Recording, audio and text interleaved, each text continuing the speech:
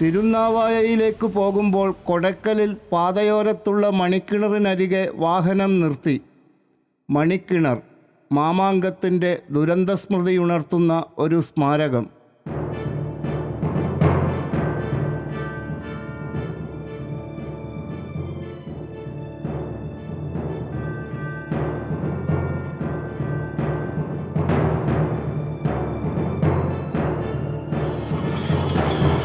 സാമൂതിരിയെ ശിരച്ഛേദം ചെയ്യാനുറച്ച് മാമാങ്കത്തിന് വന്ന് മരിച്ചു വീഴുന്ന വള്ളുവക്കോനാതിരിയുടെ ചാവേറുകളെ 6 നൂറ്റാണ്ടോളം കൂട്ടത്തോടെ മറവു ചെയ്ത കിണർ.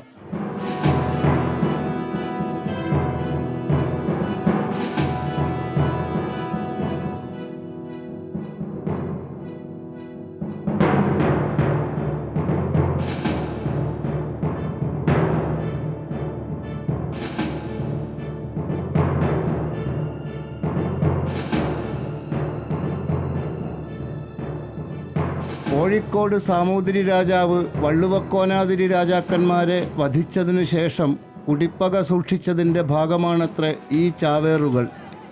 12 വർഷത്തെ കഠിനമായ കളരി അഭ്യാസത്തിനു ശേഷമാണ് ഒരു പോരാളി ചാവേറാകാൻ തയ്യാറെടുക്കുന്നത്.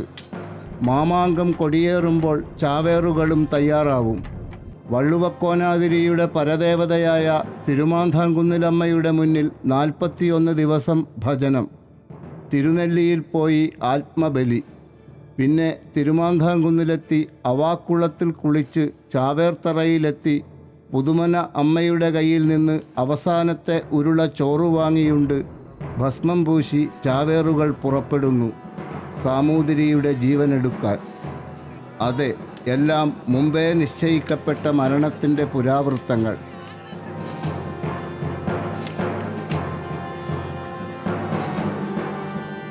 1695 നടന്ന മാമാങ്കത്തിൽ 15കാരനായ ചന്ദ്രാത്തിൽ ചന്തുണ്ണി മേനോൻ സാമൂതിരിയുടെ അടുത്തുവരെ എത്തിയെന്നും വെട്ട് വിളക്കിനു കൊണ്ടതിനാൽ സാമൂതിരി രക്ഷപ്പെട്ടു എന്നും അലക്സാണ്ടർ ഹാമിൽട്ടൺ എന്ന ബ്രിട്ടീഷ് സഞ്ചാരി രേഖപ്പെടുത്തിയിട്ടുണ്ട്.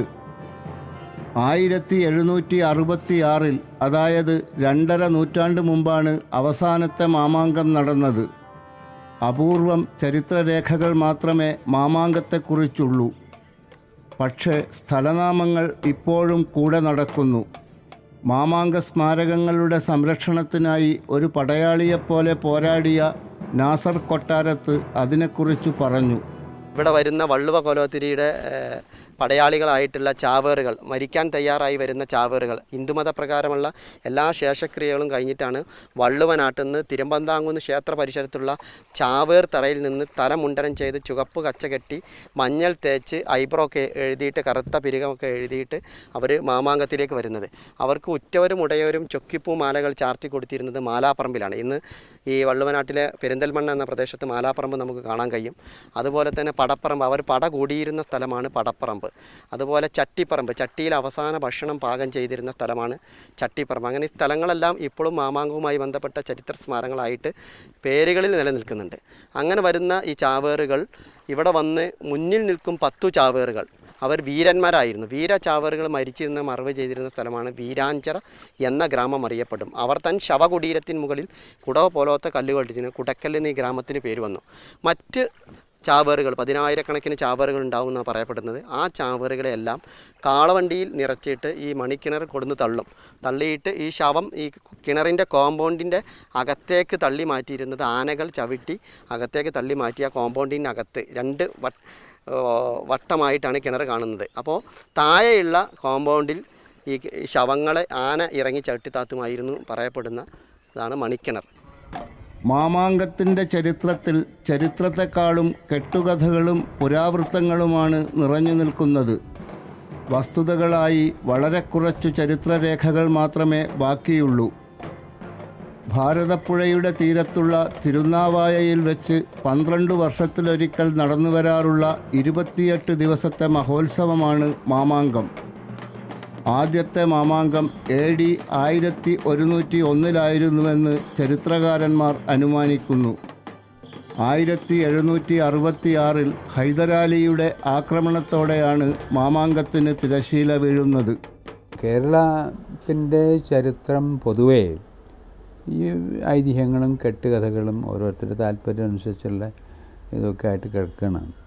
ഇപ്പോൾ ഈ കഴിഞ്ഞ നൂറ്റാണ്ടിൻ്റെ അവസാനത്തോട് കൂടിയിട്ടാണ് ഈ പ്രമാണങ്ങളെ ആധാരമാക്കിയിട്ട് പിന്നെ പുരാവസ്തുശാസ്ത്രത്തെ ആധാരമാക്കിയിട്ട് ആണ് ചരിത്രം എഴുതേണ്ടത് എന്നുള്ള ധാരണ പോലും ആളുകൾക്ക് ഉണ്ടായിട്ടുള്ളൂ. അതുവരെ അതില്ല, എല്ലാം കഥകളാണ്. മാമാങ്കത്തിൻ്റെ കാര്യത്തിൽ അത് ആദ്യമായിട്ട് മഹാമാഘം എന്നുള്ള സംസ്കൃത വാക്കാണ്. ഗ്രേറ്റ് എന്നുള്ള അർത്ഥത്തിൽ മാഘമാസത്തിൽ വരുന്നതാണ്. അത് 12 ആണ്ട് കൂടുമ്പോഴാണ് ആചരിക്കപ്പെടുന്നത്. ഇത് കേരളത്തിൻ്റേതായ ഒരു സവിശേഷ ആഘോഷമാണെന്നും അതിൻ്റെ ഭാഗമായിട്ട് ഈ ചാവേറ്റുപട എന്നൊക്കെ പറയുന്നത് കേരളീയമായ ഒരു പ്രത്യേക ആചാരമാണെന്നും ഒക്കെയാണ് അടുത്ത കാലം വരെ വിചാരിച്ചിരുന്നത്. ഇപ്പം നമുക്കറിയാം, വ്യാഴവട്ട ഉത്സവം എന്ന് പറയുന്ന സാധനം അതൊരു ട്രേഡ് ഫെയറാണ്. അത് പല ഭാഗങ്ങളിലും, ഇപ്പോൾ ഇന്ത്യയിൽ തന്നെ കുംഭമേള എന്ന് പറയുന്ന പ്രയാഗിലുണ്ട്, ഉജ്ജയിനിയിലുണ്ട്, സിംഹസ്ഥ എന്ന് പറയുന്ന, ബദ്രിനാഥിലുണ്ട്, കുംഭകോണത്തുണ്ട് തമിഴ്നാട്ടിൽ തഞ്ചാവൂരിനടുത്തുള്ള, ഗോകർണത്തുണ്ട്. അങ്ങനെ പല ദിക്കിലും ഇന്ത്യയിലൊരു 10-15 നദീ താഴ്വരകളിൽ 12 കൊല്ലം കൂടുമ്പോൾ നടത്തുന്ന ഒരു വ്യാപാര ഉത്സവമാണിത്. എന്താ വെച്ചാൽ അത് മാറിയിട്ടാണ്. വ്യാഴം എന്ന് പറയുന്ന ഗ്രഹം നമ്മുടെ ഭൂമി സൂര്യനെ ചുറ്റും ഒക്കെ നടക്കണ്ടല്ലോ. അതിനൊക്കെ 12 മാസമല്ലേ കണക്കാക്കിയാണ്. ഇത് 12 കൊല്ലം വേണം വ്യാഴത്തിൻ്റെ ഒരു സർക്കിൾ കംപ്ലീറ്റ് ആവണമെങ്കിൽ. അപ്പോൾ അത് വ്യാഴം ഇന്ന രാശിയിലെത്തുമ്പോൾ ഒരു ദിക്കിൽ, പിറ്റത്തെ രാശിയിലെത്തുമ്പോൾ അതിൻ്റെ അടുത്ത് വേറൊരു ദിക്കിൽ, പിറ്റത്തെ രാശിയിൽ, അങ്ങനെയാണ് വരുന്നത്. ഇതിപ്പോൾ ചിങ്ങം കന്നി രാശിയിലാണ് ഇപ്പം വെച്ചിരിക്കുന്നത് മാമാങ്കം. അങ്ങനെ പല ദിക്കിലും നടത്തുന്ന ഒരു ട്രേഡ് ഫെയറിൻ്റെ ഭാഗമായിട്ട് കേരളത്തിൽ നടന്നു വന്നിരുന്നതാണ്. എന്ന് മുതൽക്കുണ്ടെന്ന് നമുക്കറിയില്ല. പക്ഷേ സാമൂതിരിപ്പാടിൻ്റെയും ഒക്കെ കാലം വരുന്നത്, കോഴിക്കോട് നഗരം സ്ഥാപിക്കപ്പെടുന്നത് 12-ാം നൂറ്റാണ്ടിൻ്റെ ആരംഭത്തിലാണ്. അതുവരെ ഇല്ല. അതിവിടെ ഉപ്പളങ്ങളും ജനവാസമില്ലാത്ത കടൽത്തീരങ്ങളും മാത്രമേ ഉണ്ടായിരുന്നുള്ളൂ, മീൻപിടുത്തക്കാരൊക്കെ ആയിട്ട്. അപ്പോൾ അന്ന് മുതൽക്കുള്ള ഗ്രന്ഥവരി, കോഴിക്കോട് ഗ്രന്ഥവരി എന്നാണ് അതിന് പറയുന്നത്, കോഴിക്കോട്ട് ഗ്രന്ഥവരി, അത് പബ്ലിഷ് ചെയ്തിരുന്നു. അതിൽ കുറേ ഭാഗങ്ങൾ ഇപ്പം കുറേ നഷ്ടപ്പെട്ടു പോയി, കൊള്ളരുതായ്മ വിറ്റുപോയി, പൾപ്പായി മാറി, ചിലത് രക്ഷപ്പെട്ട് കിട്ടിയിട്ടുണ്ട്. അതിൻ്റെ അടിസ്ഥാനത്തിൽ മാമാങ്ക ചടങ്ങുകൾ എന്ന് പറഞ്ഞൊരു പുസ്തകം ഈയിടെ പ്രസിദ്ധീകരിക്കപ്പെട്ടിട്ടുണ്ട്. അപ്പോൾ അതൊന്നറിയാം നമുക്ക് എന്തൊക്കെയാണ് ചടങ്ങുകളെന്ന്. അതിൻ്റെ കുറച്ച് മുമ്പ് അതിൻ്റെ ചില ഭാഗങ്ങളൊക്കെ professor KV Krishna Iyer Zamorins of Calicut എന്ന് പറഞ്ഞ ഒരു ചരിത്രം എഴുതിയുണ്ടാക്കിയപ്പോൾ മാമാങ്കത്തിന് നല്ലൊരു ചാപ്റ്റർ കൊടുത്തിരുന്നു. അതിലിതൊക്കെ എടുത്ത് ചേർത്തിട്ടുണ്ട്. മാമാങ്കത്തിൻ്റെ ഏറ്റവും പ്രധാനപ്പെട്ട സ്മാരകമായ നിലപാടുതറയും കൊടക്കലിൽ തന്നെ. സംരക്ഷിത സ്മാരകം എന്ന് ബോർഡ് വെച്ചിട്ടുണ്ടെങ്കിലും ദയനീയമാണ് നിലപാടുതറയുടെ സ്ഥിതി.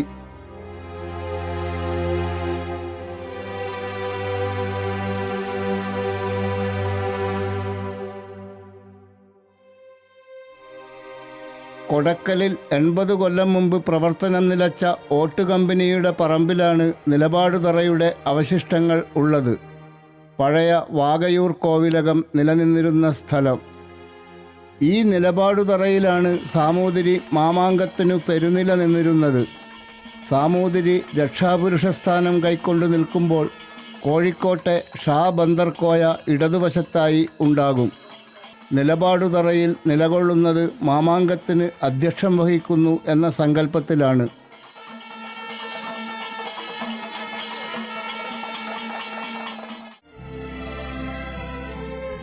വേണാട് മുതൽ കോലത്തിരി വരെയുള്ള നാട്ടുരാജ്യങ്ങൾ സാമൂതിരിയുടെ അധീശത്വം അംഗീകരിച്ച് കാഴ്ചകൾ കൊടുത്തയക്കുക പതിവായിരുന്നു.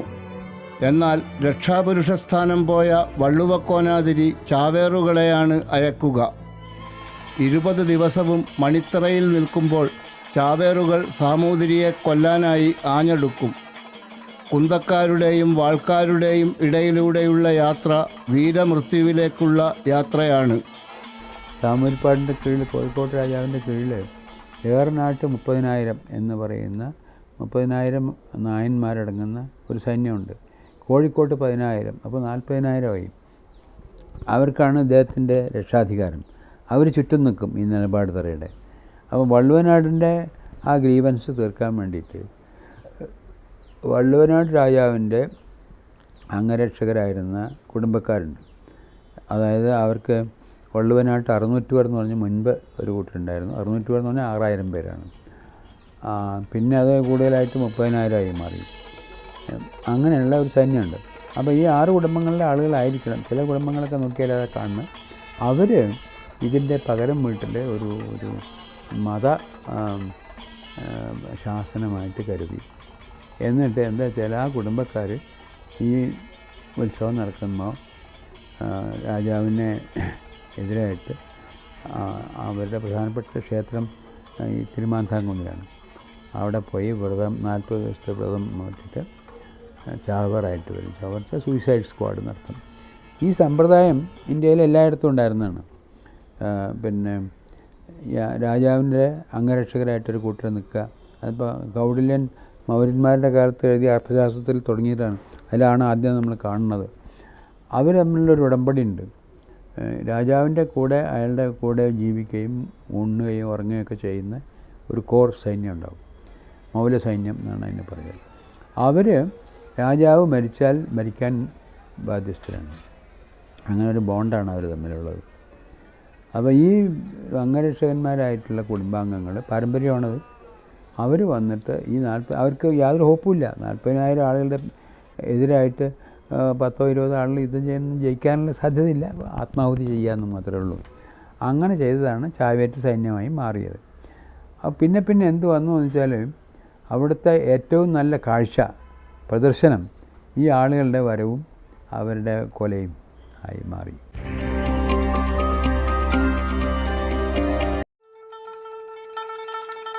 മാമാങ്കത്തിൻ്റെ മറ്റൊരു ശേഷിപ്പാണ് മരുന്നറ. കൊടക്കൽ കമ്പനിയുടെ പഴയ ബംഗ്ലാവ് നിന്നിരുന്ന ഇടത്താണ് ഗുഹയുടെ ശൈലിയിലുള്ള ഈ മരുന്നറ.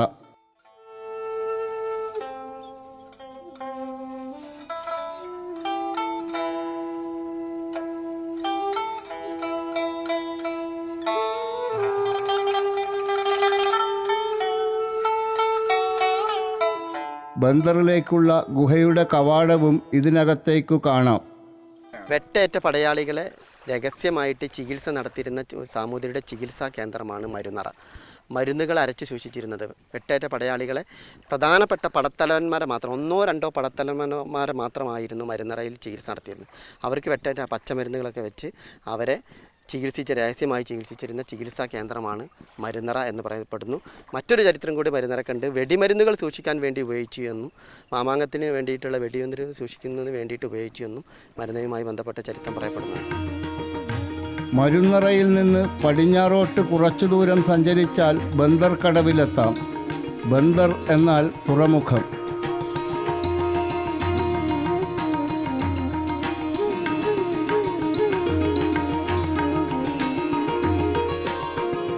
ഒരു കാലത്ത് ബന്ദർക്കടവ് പ്രധാനപ്പെട്ട വാണിജ്യ കേന്ദ്രമായിരുന്നുവത്രേ.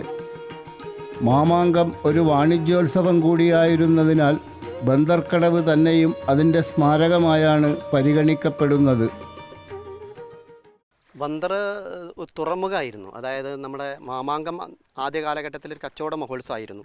അപ്പോൾ അറബികൾ, വിദേശ രാജ്യങ്ങളിൽ നിന്ന് വരുന്ന വിദേശികൾ അവരുടെ ഉൽപ്പന്നങ്ങളൊക്കെ തുറമുഖം വഴി ഇവിടെ കൊണ്ടുവന്നിരുന്നു എന്നാണ് ചരിത്രത്തിൽ പറയപ്പെടുന്നത്.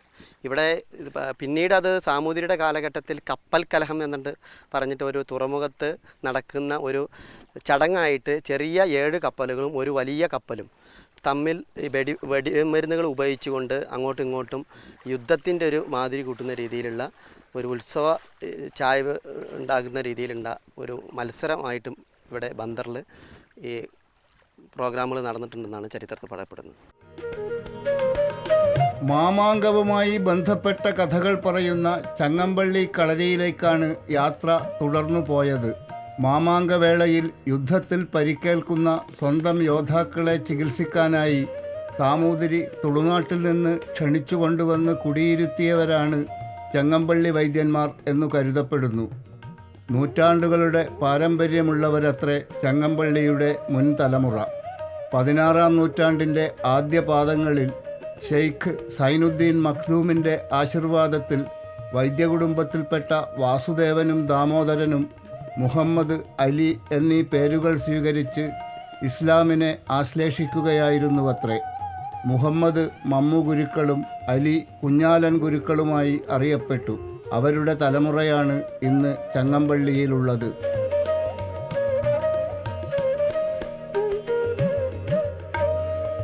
ചങ്ങമ്പള്ളിക്കളരിയുടെ കേന്ദ്രം വലിയ കേടുപാടുകളൊന്നുമില്ലാതെ നിലനിൽക്കുന്നു.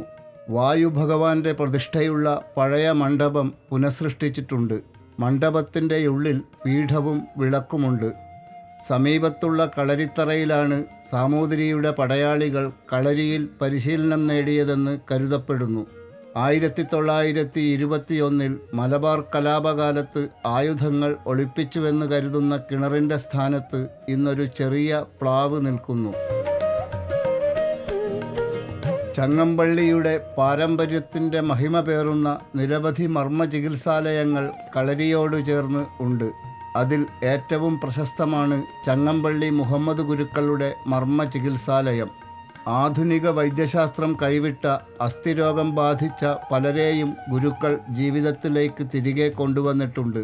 മാമാങ്കവുമായി ബന്ധപ്പെട്ട പാരമ്പര്യത്തെക്കുറിച്ചാണ് ഗുരുക്കളോട് ആദ്യം ചോദിച്ചത്.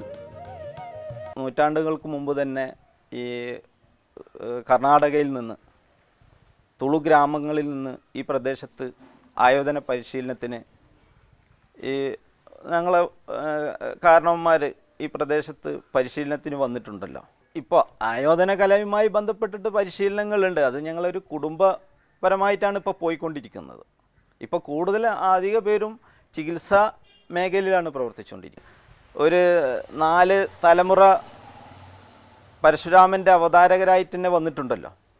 പിന്നെ ഞങ്ങൾ ആ കാലഘട്ടത്തിൽ തുളു ബ്രാഹ്മണരായിരുന്നല്ലോ. പിന്നെ മാമാങ്കത്തോടനുബന്ധിച്ച് ഇവിടെ ഈ പ്രദേശത്ത് വന്നു. പിന്നീട് സാമൂതിരിക്ക് അംഗരക്ഷകരായി. അപ്പോൾ ആ കാലഘട്ടത്തിൽ തന്നെ ബ്രാഹ്മണ്യം നിലനിർത്താൻ കഴിയാത്തൊരു സാഹചര്യം വന്നപ്പോഴാണല്ലോ കൺവേർഷൻ ഉണ്ടായത്. അങ്ങനെ സൈനുദ്ദീൻ മഖ്ദൂമിൻ്റെ കാലഘട്ടത്തിൽ ഇസ്ലാം മതം സ്വീകരിക്കുകയാണല്ലോ ഉണ്ടായിട്ടുള്ളത്. പിന്നീടും മാമാങ്കങ്ങളിൽ പല കാലഘട്ടത്തിലും മാമാങ്കങ്ങളിൽ പങ്കെടുത്തിട്ടുണ്ട്. ഇസ്ലാം മതം സ്വീകരിച്ചതിന് ശേഷം കളരി സംരക്ഷിക്കപ്പെട്ടിട്ടുണ്ട്, ആയോധന കല സംരക്ഷിക്കപ്പെട്ടിട്ടുണ്ട്. അതുമാതിരി മാമാങ്കത്തിൽ മാമാങ്കവുമായി ബന്ധപ്പെട്ട ആ ചടങ്ങുകളിലൊക്കെ അവർ പങ്കെടുത്തിട്ടുണ്ട്. അതൊരു മതമൈത്രി എന്നുള്ള നിലയ്ക്ക് തന്നെ ഇന്നും ഞങ്ങൾ ചങ്ങമ്പള്ളി കളരി സംരക്ഷിച്ചുകൊണ്ടിരിക്കുന്നത്. അതിൻ്റെ ആചാരങ്ങളും അനുഷ്ഠാനങ്ങളും പ്രത്യേകിച്ച് അത് സങ്കല്പം മാത്രമേ ഉള്ളൂ. അതായത് അവിടെ വിഗ്രഹാരാധന മറ്റൊന്നുമില്ല. ഞങ്ങൾക്കൊരു സങ്കല്പം, നമ്മൾ ഏത് സങ്കല്പത്തിലാണോ അവിടെ ഒരു വിശ്വാസം നിലക്ക് ആ നിലനിൽക്ക് അത് നിലനിർത്തി കൊണ്ടുപോകുന്നുണ്ട്. കളരി ആ കാലത്ത് തന്നെ സൈനുദ്ദീൻ മഖ്ദൂമിൻ്റെ കാലഘട്ടത്തിൽ തന്നെ കളരി സംരക്ഷിക്കപ്പെടാനാണ് അദ്ദേഹം നിർദ്ദേശിച്ചിട്ടുള്ളത്. കാരണം ഇതൊക്കെ നിലനിൽക്കേണ്ടത് കാലഘട്ടത്തിൻ്റെ ആവശ്യമാണ്. അദ്ദേഹത്തിന് നൂറ്റാണ്ട് മുമ്പ് തന്നെ അദ്ദേഹത്തിന് ഒരു ദീർഘവീക്ഷണം ഉണ്ടായിരുന്നു. അതുകൊണ്ട് തന്നെയാണ് ഞങ്ങൾ എന്ത് ചെയ്തു, ഞങ്ങൾ ഇസ്ലാം മതം സ്വീകരിച്ചപ്പോൾ അതിൽ വിളക്ക് വെക്കൽ, അതുമാതിരി ചില കർമ്മങ്ങളൊക്കെ ഹൈന്ദവിയായിട്ട് നടക്കുന്നത് ആ വിഭാഗത്തിൻ്റെ ആളുകളെ അത് ഉൾപ്പെടുത്തിക്കൊണ്ടാണ് ഞങ്ങളതിന് വേണ്ട എല്ലാ സഹായ സഹകരണം ചെയ്തുകൊണ്ടിട്ട് തന്നെയാണ് ആ കളരി ഇക്കാലഘട്ടത്തിലും അത് സംരക്ഷിക്കപ്പെട്ടിട്ടുണ്ട്.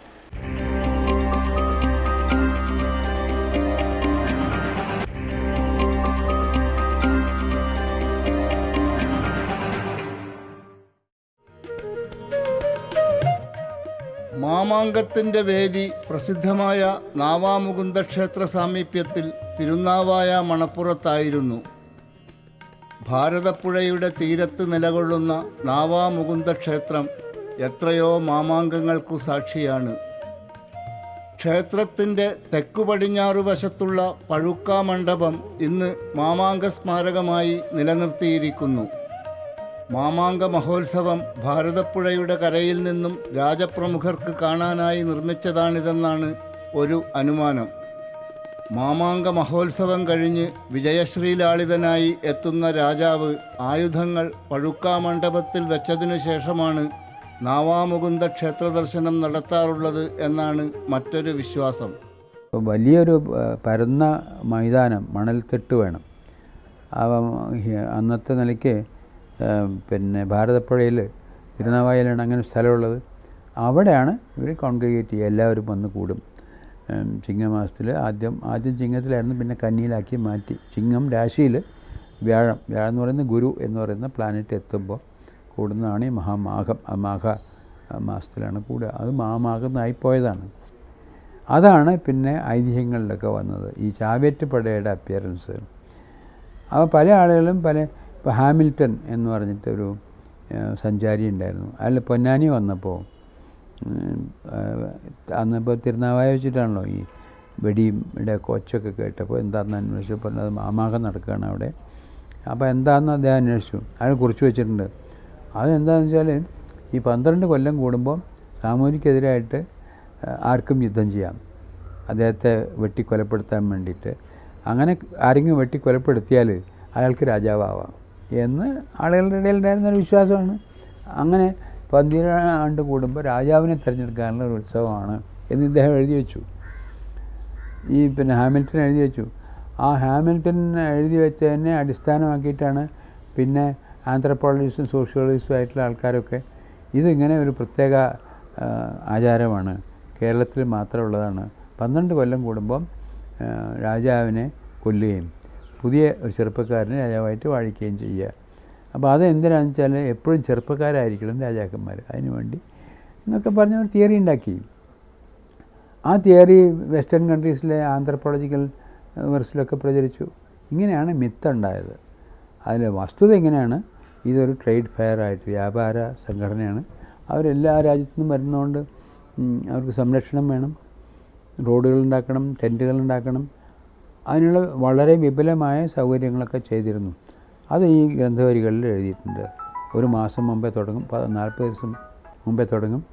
എന്നിട്ട് ക്യാമ്പിൽ ഇന്ന ആൾ ഇന്നൊക്കെ ചെയ്യണം. അവിടെ മറ്റ് ക്ഷേത്രങ്ങളൊക്കെ ഉണ്ട്. തിരുനാവായ വിഷ്ണു ക്ഷേത്രമാണ്. അങ്ങേപ്പുറത്ത് അക്കര ശിവക്ഷേത്രമുണ്ട്, തവനൂർ വേറെ ക്ഷേത്രങ്ങളുണ്ട്, ബ്രഹ്മാവിനൊരു ക്ഷേത്രമുണ്ട്. അങ്ങനെ എല്ലാ പിന്നെ ഹിന്ദു വിശ്വാസികളായിട്ടുള്ള ആളുകളുടെ എല്ലാ ദേവതമാർക്കും അവിടെ അടുത്ത ക്ഷേത്രങ്ങളൊക്കെ ഉണ്ടാക്കിയിട്ടുണ്ട്. അവിടെയൊക്കെ പോയി പൂജിക്കുക. അതൊക്കെ കൂടി അതായത് ഒരു രാഷ്ട്രീയ ചടങ്ങ് ഒരു മത ആചാരമായി മാറി എന്നുള്ളതാണ് ഇതിൽ നമ്മൾ കാണുന്നത്. യാത്രികൻ നിളയിലൂടെ ഒരു തോണിയിൽ സഞ്ചരിച്ച് നാവാമുകുന്ദ ക്ഷേത്രവും പഴുക്കാമണ്ഡപവും നോക്കി നിന്നു. മഴക്കാലമായതിനാൽ തിരുനാവായ മണപ്പുറം പച്ചയണിഞ്ഞു നിൽക്കുന്നു. അവിടെ മാമാങ്കം നടക്കുന്നതായി ഭാവനയിൽ സങ്കൽപ്പിച്ചു. എല്ലാറ്റിനും സാക്ഷിയായിരുന്ന ഭാരതപ്പുഴ ഒഴുകിക്കൊണ്ടിരിക്കുന്നു.